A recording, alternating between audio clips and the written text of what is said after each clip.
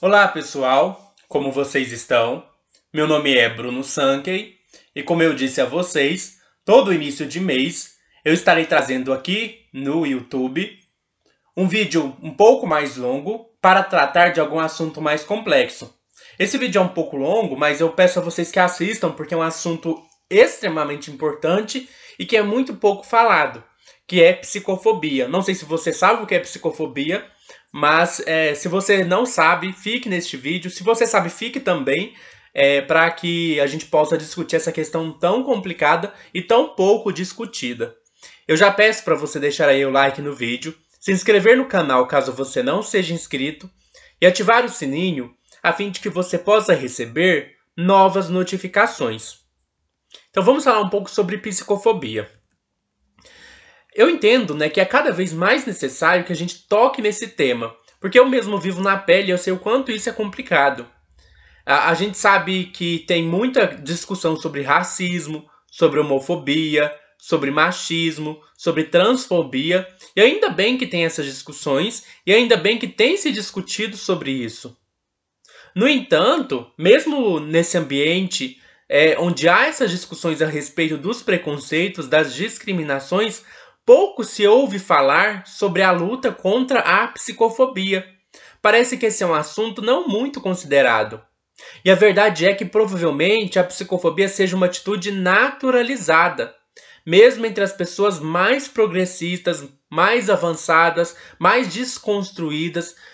Quando a gente vai até no meio mais progressista, mais desconstruído, a gente percebe o quanto a psicofobia ainda é forte, o quanto ela é tratada como algo natural.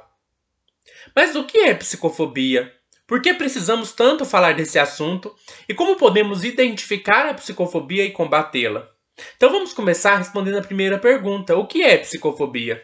Podemos definir psicofobia como qualquer atitude de preconceito ou discriminação contra pessoas com algum transtorno mental ou mesmo em relação a pessoas que, mesmo não possuindo um diagnóstico psiquiátrico, enfrentam problemas de natureza psicológica. Evidentemente que admitindo que a psicofobia é um preconceito contra quem enfrenta problemas psicológicos, acaba que qualquer pessoa pode ser vítima desse tipo de discriminação. No entanto, ela vai atingir de maneira mais forte aqueles que já possuem um rótulo psiquiátrico, que já possuem um diagnóstico. Então, às vezes, se você não possui um diagnóstico psiquiátrico, você também vai sofrer psicofobia se você enfrenta algum problema psicológico, alguma dificuldade, algum trauma. Você vai sofrer preconceito por isso, porque há um preconceito na sociedade de que a gente tem que estar bem o tempo todo, de que a gente não pode estar triste, ansioso. No entanto, se você carrega uma marca de um diagnóstico, olha, se você é diagnosticado psiquiatricamente com depressão, com transtorno de ansiedade, diagnosticado com esquizofrenia, diagnosticado com autismo, você vai sofrer na pele muito mais o peso desse preconceito. Desse modo, assim como outras formas de discriminação, como a homofobia, o racismo, o machismo, a psicofobia é um fenômeno relacionado a uma exclusão histórica. Então, por exemplo, quando a gente pega a questão da homofobia, a gente vai entender que desde a Idade Clássica, né, como Foucault observa, os homossexuais foram tratados como pessoas doentes, pessoas que tinham uma doença. E isso fez com que eles fossem excluídos. Se a gente considera o racismo também na Idade Moderna, a gente tem que houve uma escravidão, né? Os brancos escravizaram os negros e isso fez com que historicamente os negros fossem excluídos. O machismo, a gente sabe que ao longo de toda a história, o homem sempre teve o papel de dominador enquanto a mulher de submissa, fazendo com que as mulheres sofressem de uma exclusão histórica. Então, sempre que a gente pega um determinado preconceito, ele tem uma raiz histórica. E com a psicofobia não é diferente. Se a gente for ler o livro História da Loucura na Idade Clássica, do filósofo e historiador Michel Foucault, a gente vai ver que, historicamente, os chamados loucos, que seriam as pessoas com algum transtorno mental, na nossa interpretação moderna, eles foram excluídos. A raiz dessa exclusão se encontra na Alta Idade Média, quando os leprosários, após certa erradicação da doença, tornaram-se espaços em que se isolava e segregava pessoas com doenças venéreas que passaram a manter associação com a loucura. Então o que aconteceu? Na Alta Idade Média, ou seja, lá no finalzinho da Idade Média, surgiram os leprosários. O que eram os leprosários? Os leprosários eram como se fossem hospitais, entre aspas, ou casas, lugares em que as pessoas com lepras eram isoladas, né? Porque a lepra era transmissível, então pessoas eram isoladas nesses locais. Mas aí, depois de um tempo, houve uma erradicação dessa doença. Com a erradicação da doença da lepra, esses leprosários passaram a não ter essa utilidade. Né? Não tinha mais a necessidade de isolar pessoas nesses locais, porque não tinha muito casos de lepra. Então esses locais de isolamento passaram a ser ocupados por outros tipos de pessoa. E aí o primeiro tipo de pessoa que vai ocupar esse lugar são as pessoas com doenças sexualmente transmissíveis, que a gente chamava na época de doenças venéreas. Então as pessoas que tinham uma doença sexualmente transmissível passaram a ser isoladas nos leprosários. E aí, essas pessoas com doenças venéreas, elas estavam associadas de alguma forma com a noção de loucura. Então, a loucura ficou associada com a ideia de uma doença sexualmente transmissível, com a ideia dessas doenças sexualmente transmissíveis e desse isolamento desses doentes dos locais em que antes se isolava as pessoas com lepra. Essa exclusão que aconteceu na Idade Média, ela vai ganhar novas significações a partir da modernidade. Na modernidade vai haver a criação das chamadas casas de internação. Nessas casas de internação, os loucos eram isolados juntamente com os considerados miseráveis. Então as pessoas pobres que não tinham como trabalhar, que não tinham condições de trabalhar, ou que eram muito pobres, né, eram isoladas nesses locais, as casas de internação, juntamente, né, com as pessoas consideradas loucas. E aí, desse modelo das casas de internação vai surgir depois, os hospitais gerais. Os hospitais gerais eles serviam para abrigar os loucos e hospedar pessoas desempregadas. Então, os miseráveis, aqueles que não tinham condição para trabalhar ou que eram desempregados, eles ficavam nesses hospitais gerais. No hospital, também eram internadas pessoas com doenças venéreas, né? Aquelas pessoas que eu falei que já ficavam nos leprosários, que eram as pessoas com doenças sexualmente transmissíveis. E essas pessoas que tinham doenças venéreas, eles recebiam medidas corretivas quando se supunha terem contraído a enfermidade devido à devassidão sexual. Então, por exemplo, se você tinha uma doença venérea, porque, sei lá, você nasceu com essa doença, foi transmitida ali na hora do parto, tudo bem. Ou se você contraiu ela dentro do casamento, você não era tão punido. No entanto, quando se sabia que uma pessoa contraiu uma doença venérea por causa de promiscuidade, porque via uma vida de devassidão sexual, essas pessoas que eram isoladas nesses hospitais, elas eram punidas, elas recebiam um tratamento punitivo. Então elas recebiam uma espécie de tratamento que na verdade não era um tratamento, era uma espécie de punição. Por exemplo, jogar água fria na pessoa, bater na pessoa, dar choque na pessoa. E é a partir desse modelo de castigo contra as pessoas com doenças venéreas que se construiu um tratamento para a loucura, porque era no mesmo espaço, né? No hospital ficavam as pessoas desempregadas, as pessoas com doenças venéreas e as pessoas loucas. Enquanto as pessoas com doenças venéreas, que eram consideradas, que contraíram essa doença por causa de devassidão sexual, elas eram tratadas com essas medidas punitivas, água fria, choque, correções físicas, né, punição física. Então, os loucos que estavam no mesmo espaço passaram também a ser tratados assim. Né, passaram a ser tratados com isolamento e punição. E aí, com a modernidade, a gente tem também o surgimento do discurso médico-psiquiátrico. O que vai acontecer, né? Observando esse tratamento punitivo das pessoas com transtornos mentais, antes chamadas pessoas loucas, né? Considerando que elas eram punidas e isoladas, muitos humanistas, muitos iluministas, nesse período de tempo, vão começar a questionar isso. Então é comum, né? A gente sabe que o movimento humanista, o movimento iluminista, eles passaram a lutar por uma maior humanização do tratamento do louco. Humanização não quer dizer que eles queriam... Não era tão avançado, né? Talvez avançado para a época. É igual quando alguém fala de capitalismo humanizado ou prisões humanizadas. Então a ideia era de fazer uns hospícios humanizados, né? Então vai surgir no meio psiquiátrico algumas pessoas como Pinel que vão falar assim que os loucos precisariam ser tratados de maneira mais humanitária. Só que, claro, né, isso foi um avanço parcial, porque ainda se herdava algumas medidas de isolamento e castigo das formas anteriores. O louco ainda tinha que ser isolado no hospício. Né, e também tinha algumas coisas como lobotomia, né, que também eram agressivas. De qualquer forma, desde que a loucura foi capturada pelo saber científico, pelo discurso médico-psiquiátrico, construiu-se um certo humanitarismo no cuidado das pessoas com transtornos mentais. Porque qual que era o discurso agora? Nossa, essa pessoa que é louca, não é culpa dela. Ela não é louca porque quer, é louca porque tem um problema orgânico, porque o cérebro dela tá com um defeito, então não é culpa dela. Então tinha esse discurso, não é culpa dela, a gente não tem que castigar, a gente não tem que punir. Mas ao mesmo tempo, né, como uma pessoa louca pode ser perigosa para a sociedade, ela precisa ser isolada. E também, como é um problema no cérebro, eu posso fazer intervenções no cérebro que podem ser até agressivas, como lobotomia, cortar uma parte do cérebro.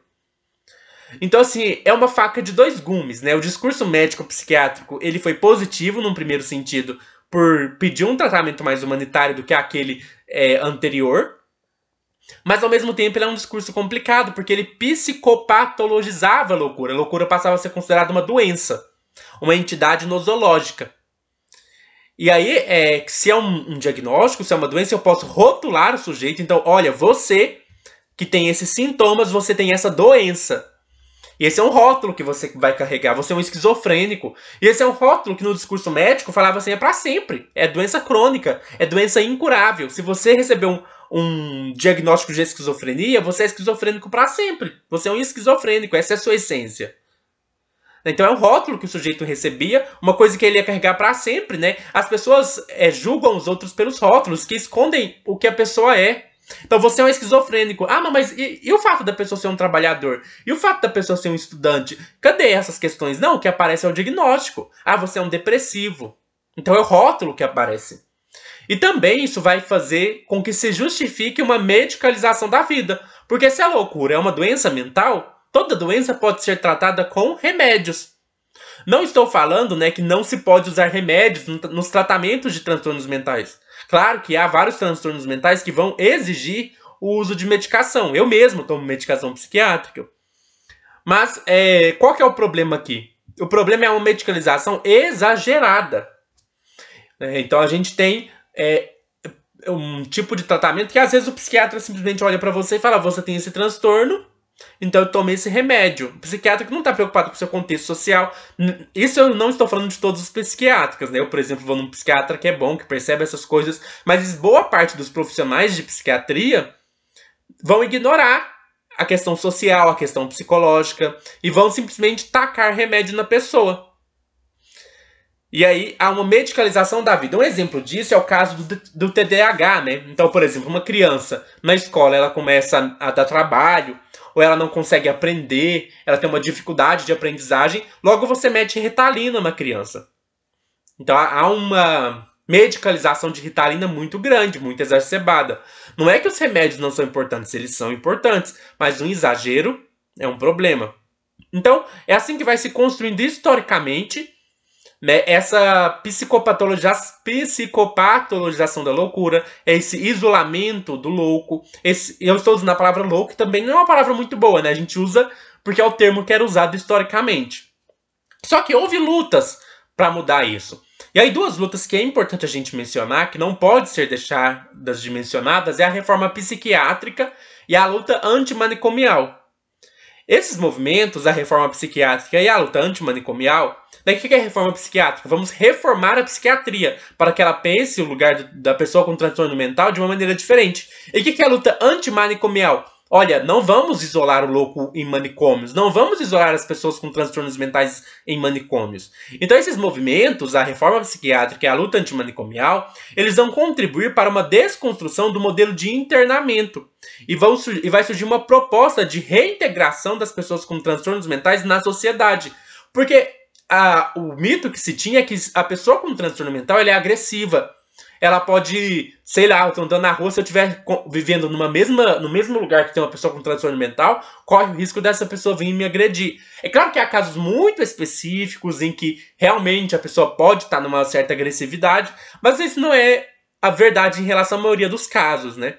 Então, qual que é a proposta? A proposta é de que os loucos, ou melhor, as pessoas com transtornos mentais, elas possam viver em sociedade como qualquer outra pessoa, porque elas são pessoas normais. Nessa divisão de normal e patológico, se eu sou neurótico, eu sou normal, e se o outro é psicótico, o outro é louco, o outro é anormal, isso é um perigo, uma visão perigosíssima. Todos nós somos doentes, por assim dizer. Porque ou a gente é neurótico, ou a gente é psicótico, ou a gente é perverso. Não existe nada fora disso. E aí, com a luta da reforma psiquiátrica e a luta antimanicomial, um avanço que vai surgir são os Centros de Assistência Psicossocial, que são os CAPs. Os CAPs são frutos da luta da reforma psiquiátrica e da luta antimanicomial. Eles, os CAPs, encontram-se inseridos no interior da cidade, ou seja, eles não são isolados. Né? Você pensa nos hospitais, nos hospícios, eles eram isolados, eles ficavam isolados da sociedade, né? Então não ficavam nos grandes centros, ficavam para fora, né? Já os centros de assistência psicossocial, eles ficam geralmente num bairro mesmo, num bairro normal, como qualquer outro bairro, onde as pessoas podem ver integradas ali. E são espaços em que pessoas com transtornos mentais são acolhidas, mas não internadas. Já não tem essa mentalidade de internação nos CAPs. As pessoas são acolhidas naqueles espaços, mas elas não têm que ficar presas e internadas ali. Claro que pode haver em determinados CAPs, né, a possibilidade da pessoa dormir naquele local, mas não é uma internação assim, onde a pessoa fica lá, né, para sempre, como acontecia nos hospícios, nos manicômios. Eu falei do CAPS, mas quando a gente vai num CAPS de verdade, né, eu já fiz estágio num CAPS, na verdade, AD, que era voltado para pessoas álcool e drogas, a gente acaba percebendo que, na verdade, por mais que tenha havido esses avanços, a realidade no CAPS não é tão avançada assim. Então, existem muitos profissionais que ainda trabalham com uma mentalidade psicopatologizante ou com uma mentalidade culpabilizante, né, que culpa o indivíduo por seu transtorno mental. No caso, né, de onde eu fiz estágio, por usar álcool ou drogas. Então, acaba que os CAPs, por mais que sejam avançados, eles também podem reproduzir e acabar reproduzindo o modelo do internamento. E esse é um cuidado, né, que os CAPs precisam tomar para que a gente possa ter uma verdadeira evolução. Então, não adianta a gente mudar o nome, né, de hospício para CAPs, se a lógica for a mesma. Tem que mudar a lógica, não pode ser mais a lógica da psicopatologização e não pode ser mais a lógica do internamento.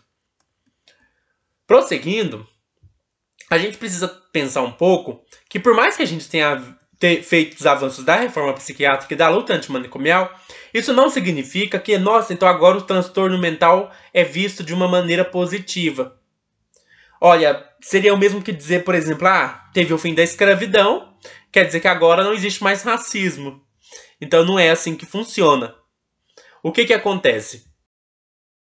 Por mais que o humanitarismo psiquiátrico ali com Pinel, depois a reforma psiquiátrica e a luta antimanicomial tenham trazido avanços na maneira como a gente considera o transtorno mental, na verdade a gente ainda tem muito que avançar. E esse avanço que é trazido pela luta antimanicomial, pela reforma psiquiátrica, ainda não atingiu todos os espaços, né? Então, a questão, na verdade, é bastante complicada. Se a gente for considerar de verdade, a gente vai perceber que a psicofobia está presente em todo lugar. Pode ser que a gente não coloque pessoas com transtornos mentais em hospícios, mas há outras formas pelas quais nós podemos isolar e excluir uma pessoa com transtorno mental. Do mesmo modo que o racismo se reinventa sob novas e sutis formas, a psicofobia ela se manifesta cada vez mais em formas muitas vezes não explicitamente perceptíveis. E, para falar a verdade, existe ainda uma psicofobia muito explícita presente, né? Na psicopatologização, na rotulação dos sujeitos, na medicalização e até numa lógica de internamento. Mas também existem formas mais sutis de psicofobia. A situação ainda é mais preocupante quando a gente considera que grande parte das pessoas nem sequer sabe o que é psicofobia e que ela existe. Porque alguém pode até falar assim, olha, eu agi de maneira racista, mas eu sei que o racismo existe. Eu pelo menos sei que ele existe e que não é uma coisa boa. Quando tem uma noção, por exemplo, tem pessoas com preconceito em relação a homossexuais, mas a gente sabe que a homofobia existe. Mas parece que as pessoas têm preconceito com pessoas com transtornos mentais e nem sabem que isso é um problema. Por isso que até nos meios mais progressistas, a gente vê atitudes, falas, piadas psicofóbicas que deixam a gente chocado. E que são muito perigosas, porque uma pessoa com transtorno mental é uma pessoa que já está fragilizada psiquicamente, que pode estar, dependendo do momento que ela está, né? Se ela estiver num momento de crise, ela vai estar mais fragilizada psiquicamente. Então imagina uma pessoa que já é fragilizada psiquicamente, ter que sofrer ainda com preconceito e discriminação. Psicofobia é muito sério, é muito pesado. E aí eu vou citar algumas formas de psicofobia para que vocês possam ver e identificá-las e não usá-las mais. Eu não trabalho com a lógica de cancelamento, né? Às vezes muitas pessoas que falam de machismo, de homofobia, de transfobia, trabalham com a lógica do cancelamento, né? Tipo assim, se você foi homofóbico, te cancelo. Se você foi racista, te cancelo. Não que realmente, né, se a pessoa foi racista, ela tem que receber uma certa... No caso do racismo principalmente, né, porque tem até uma questão legal, que é crime. Mas, se uma pessoa agiu de maneira machista, agiu de maneira homofóbica, eu não vou cancelar essa pessoa. Né? Eu quero que ela se conscientize do erro dela e mude. Porque todos nós temos problemas. Todos nós somos preconceituosos. Ninguém nasceu desconstruído. Todos nós, uma hora ou outra, vai falar alguma coisa que é preconceituosa. E se você não faz isso, você é o alecrim dourado, né? Então, eu simplesmente não acredito que você não seja preconceituoso, né? Na verdade, as pessoas que se acham não preconceituosas, que se acham desconstruídas, são as mais preconceituosas. Então, assim, nós que estamos buscando combater os preconceitos, combater as discriminações, nós entendemos que todos nós temos o direito de errar e precisamos aprender com isso. Todos nós, uma hora ou outra, vamos ter uma atitude preconceituosa. E nós precisamos não nos culpar, não condenar e julgar, mas aprender. Aprender, evoluir, considerar, refletir.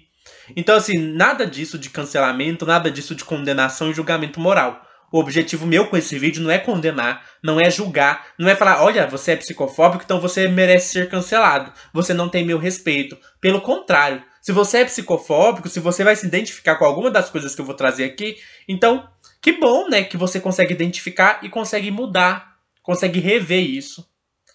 Então, o objetivo de eu trazer aqui exemplos de psicofobia é que a gente junto possa refletir maneiras de rever essas práticas, maneira de rever isso. E o mesmo vale para outras formas de preconceito. Eu, de maneira nenhuma, estou aqui para julgar quem teve uma atitude homofóbica, quem teve uma atitude machista, quem teve uma atitude transfóbica. Por quê? Porque todos nós estamos sujeitos a ter preconceitos e discriminações. O que vai diferenciar uma pessoa da outra é se uma pessoa insiste nesse preconceito ou se uma pessoa busca se conscientizar sobre ele e modificar suas atitudes. Então, não acho que ninguém mereça ser cancelado. Não trabalho com essa ideia, com essa noção. Vou trazer aqui justamente as atitudes psicofóbicas para a gente aprender a identificá-las em nós, não para julgar o outro, mas identificá-las em nós, para a gente rever essas atitudes de preconceito. Então, nada de julgamento, nada de condenação. Essa esquerda moralista que fica condenando as pessoas por tudo não combina com a maneira como eu penso. Não penso assim. Penso que nós devemos juntamente, criticamente, rever nossas próprias atitudes, melhorar nossas atitudes, mas sem trabalhar com ideia de culpa, de condenação, de julgamento ou de cancelamento. Mas vamos lá para exemplos de atitudes psicofóbicas. A psicofobia, né, ela pode se manifestar de muitas formas. A primeira que eu vou considerar é o preconceito com o serviço de saúde mental. O que eu quero dizer com isso? Né? Boa parte das pessoas elas não fazem ideia da função da psicologia e da psiquiatria.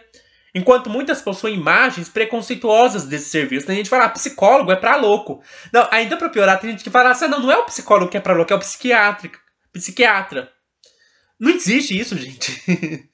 Nem psicólogo, nem psiquiatra é pra louco, não. Psicólogo e psiquiatra trabalham na área de saúde mental. Você não precisa ser louco pra ter um problema de saúde mental. Você não precisa ser louco nem sequer para procurar um psiquiatra. Psiquiatra não trabalha só com pessoas com transtorno mental, não. Ou com pessoas com uma loucura, como esse fantasma da loucura que a gente tem, né? Que isso? Nem existe esse conceito mais de loucura como era usado antes. Né? Então, se você tem algum transtorno de ansiedade, procura um psicólogo, procura um psiquiatra. Né, de boa qualidade, né? Claro, busque boas referências para não procurar um mau profissional ou um profissional que trabalha numa lógica psicopatologizante, medicalizante. né? Não que, como eu disse, não tem nenhum problema em você ter um transtorno mental e ser diagnosticado, não tem nenhum problema em você ter que tomar medicação, mas procure um psiquiatra que também esteja atento ao contexto maior. E procure um psicólogo também que seja um bom profissional, bom reconhecido. Procure indicações, referências. Há quem diga, né, que não vai ao psicólogo porque o psicólogo é coisa de doido. Isso é um preconceito. Poucos parecem possuir a compreensão de que cuidar da saúde mental é tão importante quanto cuidar da saúde física, né? Então, assim, se eu tô com uma gripe, se eu tô com um resfriado, se eu tô com um problema do corpo, se eu quero cuidar do meu corpo, eu não tenho nenhum problema em ir lá e procurar um médico. Por que eu teria um problema em ir lá e procurar um psicólogo ou um psiquiatra? Então, esse preconceito com o serviço de saúde mental demonstra o quanto a psicofobia ainda é forte, que a gente tem um preconceito contra quem tem algum problema psicológico. Porque se a pessoa tem problema psicológico, ela é louca, ela é doida. Então, nossa, não quero me envolver com serviços que tratem esse tipo de pessoa.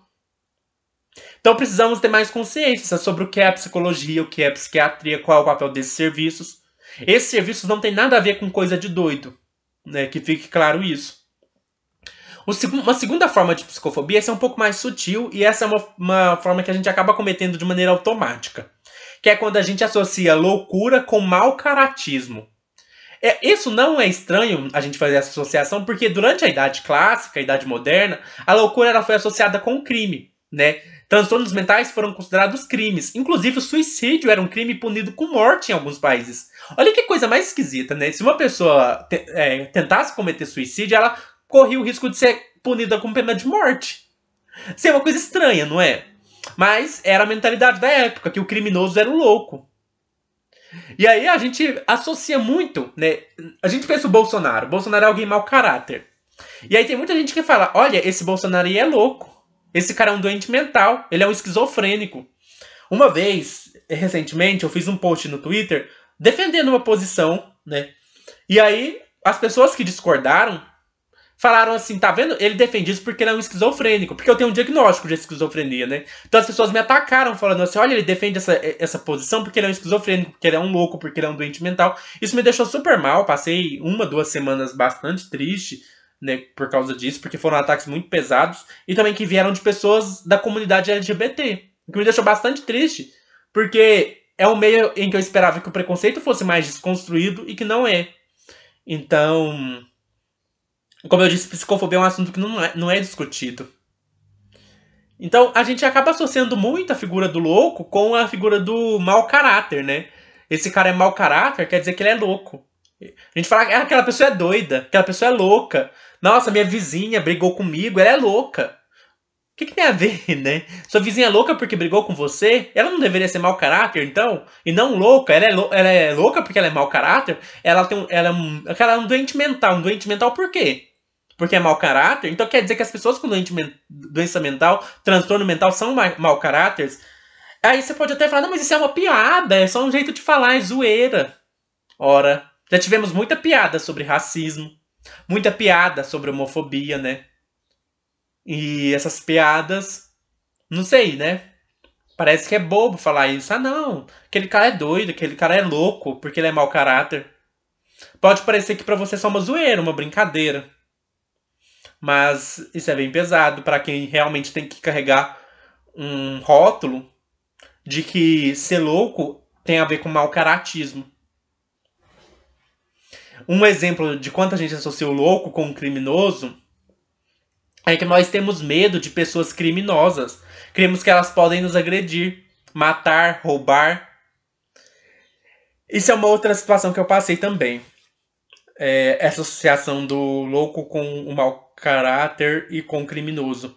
Uma vez, durante um surto psicótico, um surto de esquizofrenia que eu tive, eu acabei entrando na casa de um desconhecido. E eu tava em surto.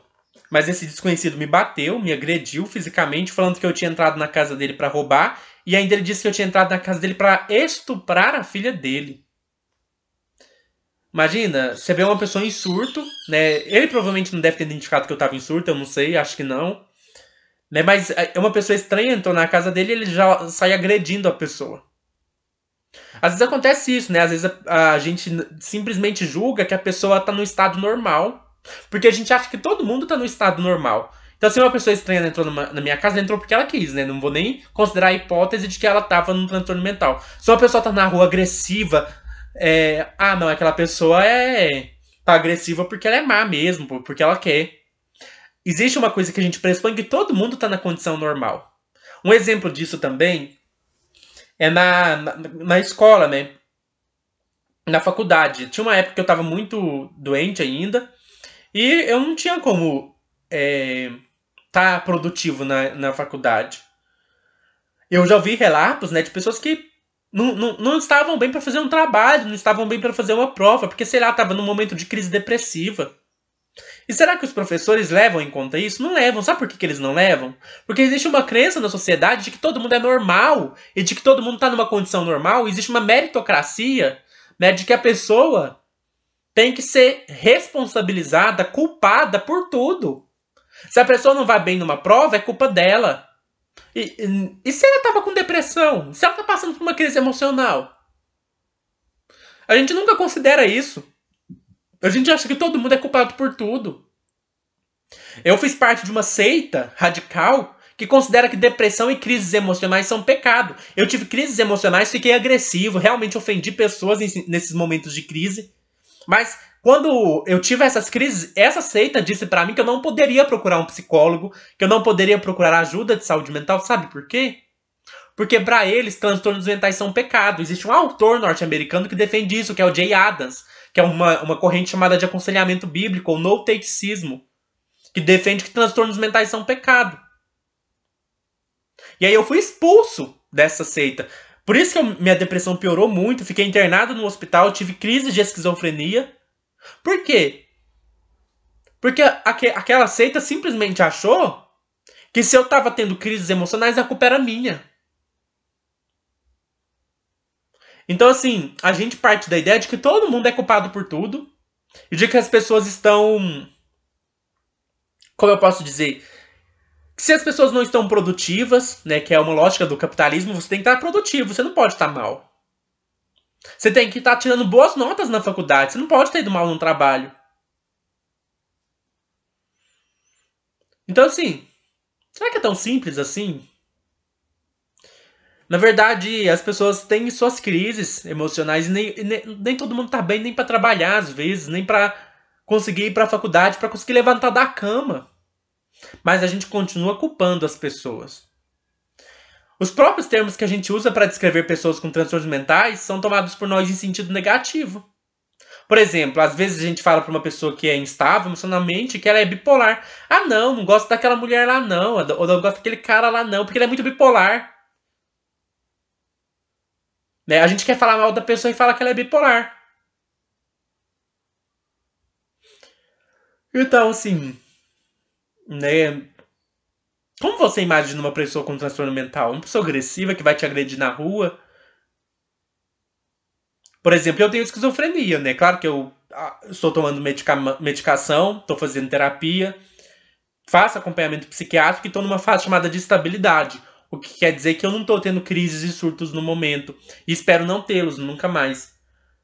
Mas é estranho, né? Falar assim, você tem transtorno, mas como assim você tem transtorno se você não está me agredindo? Olha a imagem que a gente tem da pessoa com transtorno mental. Então, outro exemplo de psicofobia que eu já dei também é essa questão da religião, né? Eu fui expulso de uma seita que fala que transtorno mental é pecado e isso não é uma questão isolada. Tem muita gente que acha que transtorno mental é pecado. Uma coisa que quando eu fui expulso da seita eles me disseram é que eu estava num estado demoníaco. Será que esquizofrenia quer dizer que a pessoa é atormentada por demônios? Tem religiosos que acham que depressão é falta de fé. Ora, isso não é estranho, porque a gente percebe que a homofobia, o racismo, o machismo também já foram justificados com argumentos religiosos. Né? Eu falo que o negro não tem uma alma, eu falo que o gay é pecado, né? Porque lá em Levítico fala que o homem se deitar com outro homem tem que ser morto. Então, assim, quando a gente fala, por exemplo, que Bolsonaro é louco, esquizofrênico e doente mental, quem que costuma criticar o Bolsonaro? Pessoas que se consideram progredidas, desconstruídas, evoluídas, mas estão prontas pra dizer que Bolsonaro tem um transtorno mental pra falar que ele é mau caráter. Ora, transtorno mental não é mau caratismo. Transtorno mental não é pecado, não é algo que torna a pessoa menos humana ou incapaz de viver em sociedade. A gente precisa se conscientizar e não reforçar essas imagens. Você pode até falar, não, mas quando eu falo que o Bolsonaro é doido, é só um jeito de falar, é só uma expressão. Ah, então chega e fale, né? Ah, não, aquele cara ali é preto, por isso que ele é assim. Ah, não, ele é assim porque ele é gay. Aí fala, ah, é só um jeito de falar. Ó, é claro que isso tá tão natural na gente que a gente se pega falando isso. Não, aquele cara é louco. Só que, como eu disse, eu não tô aqui pra julgar. Não tô aqui pra falar que a gente não vai ter momentos em que a gente vai ser preconceituoso, porque a gente vai ser. Eu tô falando que a gente precisa se conscientizar e saber identificar isso pra gente mudar. Pra gente começar a agir diferente. Nunca a gente deve reforçar essas imagens que associam o louco com esses estigmas. A psicofobia precisa ser combatida porque ela contribui para causar sofrimento àqueles que possuem algum diagnóstico de transtorno mental. A pessoa com transtorno mental ela já sofre, ela já está em sofrimento psíquico. E a gente ainda piora isso. Eu tô falando isso, né? Eu fico até feliz porque o Enem, né? O último Enem tratou desse tema, né, do estigma associado com pessoas com transtorno mental. Que bom que isso está sendo discutido. Mas a verdade é que continuamos excluindo e isolando as pessoas com transtornos mentais ou problemas emocionais. É verdade que a gente não coloca elas em hospícios, né? A gente não exclui elas da sociedade. Mas quando eu vejo uma pessoa que tem muita crise emocional, eu não quero ela perto de mim. Não é verdade que a gente olha para uma pessoa e fala, nossa, essa pessoa é muito problemática emocionalmente, vamos nos afastar dela. Tem alunos que são excluídos de escolas por serem desajustados.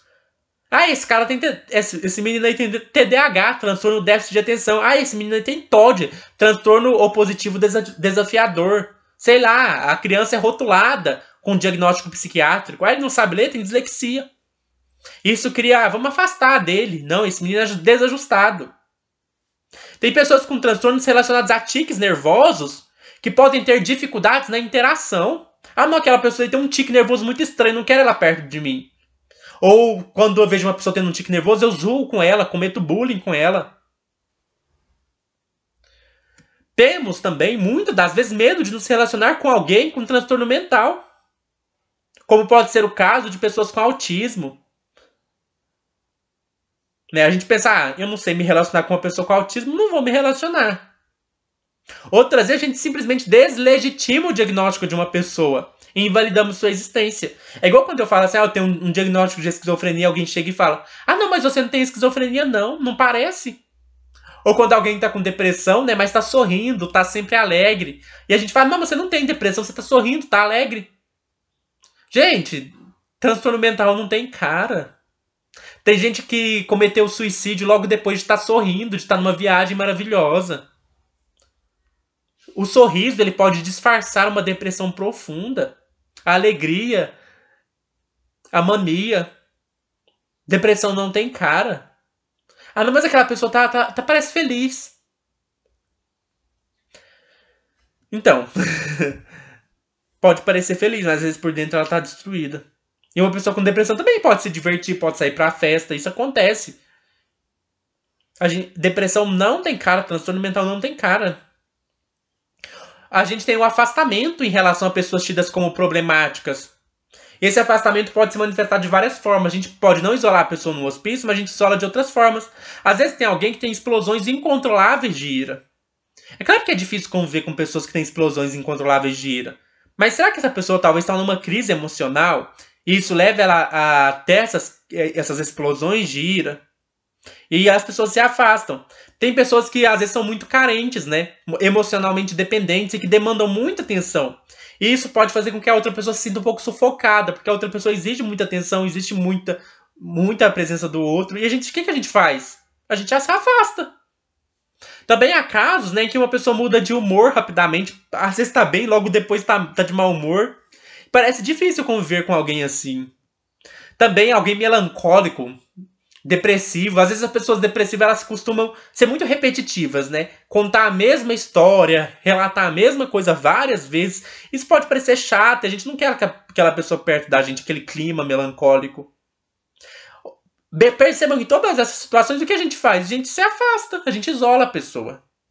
A questão é que todos nós temos problemas em algum grau, mas para alguns isso pode ter um peso maior. O complicado é que à medida em que os outros se afastam, mais a autoestima da pessoa diminui e mais ela pode se sentir mal. Ela já se sente mal por ter um transtorno. Ela já se sente mal porque a característica do transtorno dela é o sofrimento psíquico. Isso vai piorar na medida em que a gente se afasta da pessoa. E aí se torna um ciclo vicioso, porque a pessoa já tá mal. E a gente deixa ela mais mal ainda.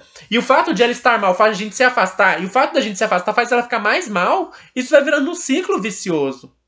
A verdade é que não sabemos conviver bem com pessoas com problemas emocionais.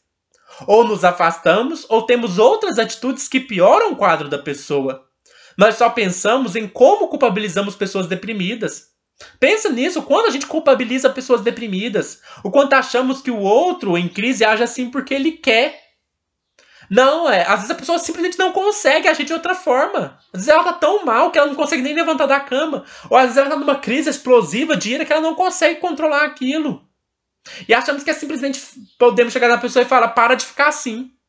Como se ela fosse uma questão de vontade. E não é. Não é só parar de ser assim. Não adianta você chegar numa pessoa deprimida e virar pra ela e falar, só para de ficar triste. Ah, não, para com isso. Para de chorar, para de ficar triste. Para de ficar deprimida. Isso não existe. Não existe solução mágica. A pessoa não tá deprimida porque ela quer, não. Eu vou citar duas formas de psicofobia para lidar com crises emocionais que são muito complicadas e que é importante considerar aqui. Existe, né, duas formas com as quais nós lidamos, né, além do afastamento, de tudo que eu já mencionei. Existem duas formas com as quais nós lidamos com pessoas com um transtorno mental ou com algum problema psicológico. A primeira é a culpabilização. Nós achamos que a pessoa está em crise porque ela quer. A verdade é que não temos controle real sobre quase nada. A verdade é que nós não temos controle sobre quase nada.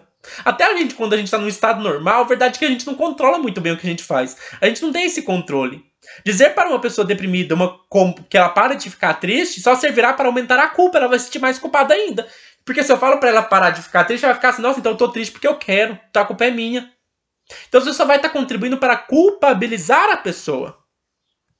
A gente precisa ser um pouco mais indulgente com alguém com transtorno mental ou crise emocional. A pessoa pode ter nos xingado, nos ofendido, mas se no momento ela estava num momento de crise emocional, tudo bem, né? Foi uma coisa pesada, a pessoa pode ter nos ofendido ou agredido verbalmente. Mas às vezes a pessoa estava num momento de crise e a gente precisa ser um pouco mais compreensivo. Ou na escola, né? Um aluno não está indo bem. Às vezes ele não está indo bem, não é porque ele quer. Talvez ele está num momento de crise emocional, a gente precisa compreender isso. E o segundo tipo que a gente costuma lidar é o emprego de conselhos prescritivos. Olha, eu vou falar uma coisa aqui pra vocês. Vocês podem achar que quando vocês dão conselhos para pessoas com transtornos mentais, vocês estão ajudando elas. Se esses conselhos são conselhos prescritivos, você não está ajudando a pessoa. O que é um conselho prescritivo? Quando você fala para a pessoa o que ela tem que fazer. Por exemplo, não fique triste, não chore. Você tem de tudo para ser feliz, não deveria se sentir assim. Não fique assim, vai passar. Como você pode se sentir assim? Tem gente em situação muito pior que a sua. Deixe de frescura. Nunca fale uma coisa dessa, gente. Nunca prescreva para a pessoa com transtorno mental o que ela tem que fazer. Primeiro, porque tais conselhos são ruins, é que eles deslegitimam o sofrimento da pessoa. Toda emoção é válida, tudo que a pessoa sente é válido. Você não tem que falar para a pessoa, você não pode chorar, você não pode ficar triste. A nossa sociedade nos cobra muito para estarmos felizes o tempo todo. Mas a vida não é assim. A vida não é um estado de bem-estar social, um estado de bem-estar psíquico, ou um estado de felicidade constante. A gente tem que se permitir sentir. A gente tem que se permitir sentir tristeza, depressão, raiva. Porque as emoções fazem parte da vida. O segundo motivo pelo qual conselhos prescritivos são ruins, né, são um problema, é que eles só aumentam o sofrimento. A pessoa deprimida, quando você fala para ela não ficar deprimida, geralmente vai se sentir cobrada e culpada. O problema de uma pessoa deprimida ou uma pessoa em crise emocional não é que ela não queira melhorar. É claro que ela quer. Claro que ela quer estar melhor. Mas sim que ela não está conseguindo. Cobrar que ela melhore, afirmar coisas óbvias como pare de ficar triste. Aí você não deveria se sentir assim. Isso só vai fazer ela se sentir mais culpada e incapaz de se sentir feliz. Ora, se você não sabe o que falar depois que eu disse tudo isso, se você só dava conselhos prescritivos, às vezes você fala, então o que eu vou falar pra uma pessoa deprimida? Ora, não fale nada. Se você não sabe o que falar, não fale. Simplesmente acolha o que ela tá sentindo, ouça, aprenda a ouvir mais do que falar. Não faça julgamentos, não culpe a pessoa por nada. E se for o caso, então, se você não sabe o que falar, simplesmente chegue na pessoa, né? E fale, olha, procure um tratamento, vou te ajudar a achar um psicólogo. Enfim, nós precisamos admitir que somos uma sociedade psicofóbica. Aprendemos desde cedo a excluir os considerados loucos nos hospícios e não termos de lidar com eles. E hoje não sabemos como conviver com pessoas que possuem algum transtorno mental ou mesmo alguma dificuldade emocional. Só sabemos fazer o que sempre fizemos: excluir e isolar aqueles com os quais não sabemos conviver. Mas isso pode mudar. Podemos começar por trabalhar em criar uma sociedade mais saudável e menos adoecedora. Sempre que lutamos contra opressões sociais, estamos de alguma forma lutando contra a psicofobia também. Quanto menos preconceituosa uma sociedade for, mais construiremos um ambiente mais saudável e menos mentalmente adoecedor. Combater a homofobia, combater o racismo, combater o machismo também vai ajudar a gente a criar uma sociedade onde as pessoas sejam mais saudáveis emocionalmente. Onde a sociedade seja menos adoecedora. Porque a homofobia já faz muitas pessoas gays entrarem em depressão. Não é um exemplo. A gente precisa ainda desconstruir preconceitos, valorizar a psicologia e os serviços de saúde mental, superarmos atitudes que agravam o sofrimento psíquico, como ataques em redes sociais. Esse negócio de cancelamento, esse negócio de atacar pessoas em redes sociais, isso é uma droga, gente. É uma merda isso. Não façam isso. Ah, não, mas a pessoa fez um comentário preconceituoso. Eu vou lá, tiro um print e destruo a pessoa, humilho a pessoa publicamente. Pelo amor de Deus, não façam isso. Vocês não sabem quem é a pessoa por trás da tela, por trás do celular. Às vezes você tá vendo um perfil ali na internet e você esquece que tem uma pessoa real por trás daquilo. E que seus ataques podem acabar com a pessoa, podem destruir a pessoa. Ah, mas ela falou uma coisa preconceituosa, e daí? Você nunca falou nada preconceituoso? Você é uma pessoa perfeita, alecrim dourado? Né? A gente tem essa esquerda, nova esquerda, não tô criticando toda a esquerda, mas essa esquerda que ama lacrar, que ama militar em cima do sofrimento do outro, que ama lacrar em cima da humilhação do outro. Se o outro fala uma coisa preconceituosa, essa esquerda que ama destruir a reputação da pessoa. A direita contribui muito para adoecer psiquicamente com sua homofobia, com sua transfobia, com seu racismo, com a meritocracia. Mas a esquerda também está fazendo isso de uma maneira terrível. Porque algumas pessoas de esquerda se acham alecrins dourados no direito de julgar e condenar as outras pessoas, no direito de pegar um perfil e humilhar a pessoa, destruir com a reputação da pessoa, sem ligar para como a pessoa vai se sentir, para como isso vai atingi-la, como isso vai afetá-la, porque acham que é simplesmente uma foto de perfil, um perfil na internet. Não é um perfil na internet, não é uma pessoa real, uma pessoa de carne e osso, uma pessoa que tem sentimentos, que tem emoções. Não use as redes sociais para atacar pessoas, pelo amor de Deus. Não importa se a pessoa foi preconceituosa, se a pessoa fez uma atitude que você discorda. É uma pessoa real, uma pessoa que tem sofrimentos, que tem traumas. Não faça uma coisa dessa, pelo amor de Deus. Vamos parar com isso. Vamos parar com esse negócio de condenar e julgar o outro. O que adianta eu falar de racismo, falar de machismo, falar contra a homofobia, se no fundo eu sou um legalista e moralista? Se no fundo eu trato essas questões éticas como se eu fosse um juiz, como se eu fosse um moralista, como se eu fosse um fiscalizador, como se eu tivesse que fiscalizar a outra pessoa, porque se ela cometeu um erro eu vou excluir ela, porque se ela cometeu um erro eu vou anular ela. É bem semelhante à Inquisição na Idade Média, não é? É bem uma forma religiosa de agir, uma forma moralista de agir. Nós precisamos aprender a desenvolver uma atitude mais empática e humana. É preciso aprender a lidar e ajudar pessoas emocionalmente problemáticas, ao invés de acharmos que a solução é nos afastar delas ou isolá-las. É necessário desfazermos de estigmas em torno dos diagnósticos de transtornos mentais, deixar de associar a loucura com a figura do criminoso e construir formas de acolhimento de pessoas com sofrimento psíquico. Me parece que muita coisa ainda precisa ser feita, mas o ponto é que não podemos mais continuar naturalizando a psicofobia ou fingindo que ela não existe. Bem, esse é o vídeo, eu espero que vocês tenham gostado. Deixem aí o like, o comentário, compartilhem. Compartilhem mesmo, gente, porque esse é um assunto essencial de ser discutido. E até mais.